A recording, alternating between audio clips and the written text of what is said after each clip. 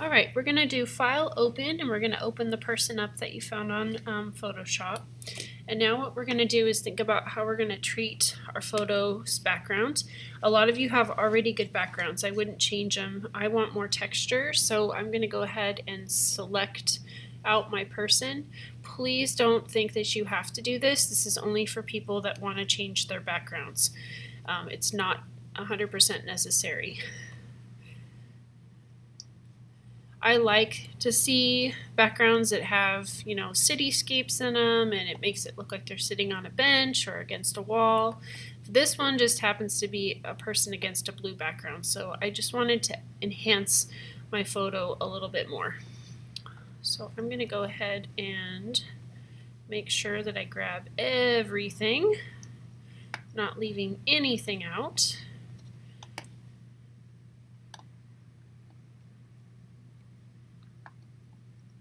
And I get a little impatient because this thing can run a little bit slow, which is frustrating, but we're working with a big picture, so it's understandable.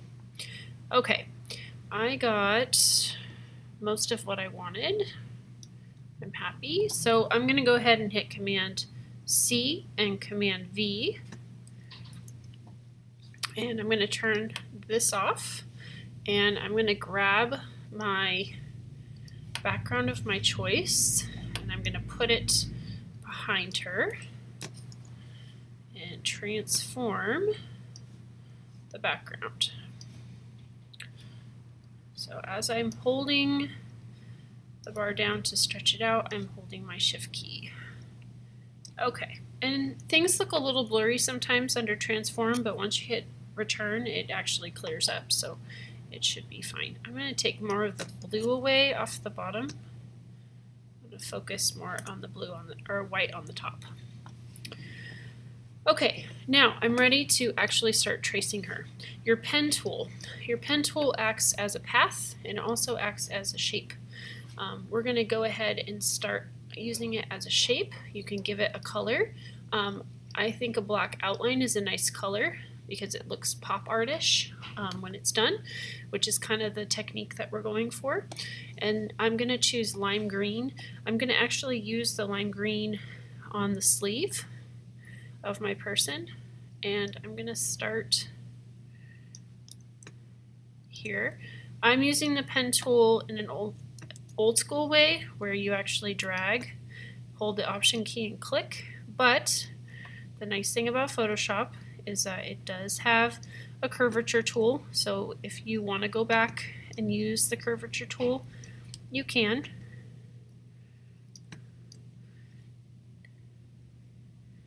It's got the same power as the one in Illustrator. And then this is when I want to change my fill to a low opacity. I want to be able to see underneath it. And notice I'm not caring if I go over, because I'm going to be placing a blue color or a different color on top of this later, and I'm also going to be creating a cuff to my jacket, so I'm not going to care if the white is going into this, because I want to avoid this weird awkward edge between this shape and this shape. So if this is already in there, it's going to look like a nice smooth transition. I'm going to go over to my other side now. I don't actually have to start that high. I'm going to start right here.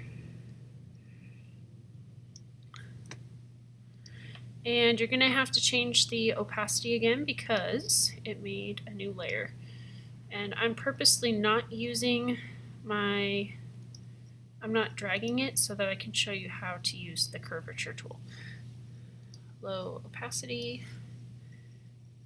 I'm just going to come right here. I don't want to go on top of her skin because that is going to actually be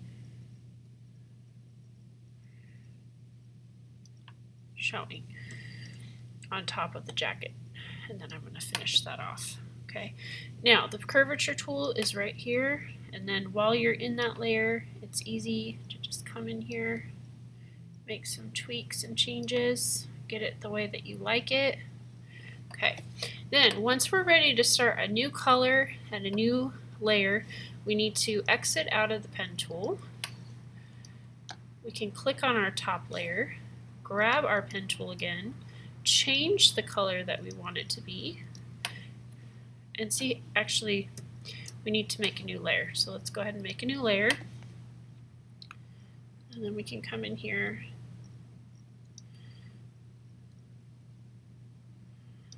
and I can go back and change this as I'm going.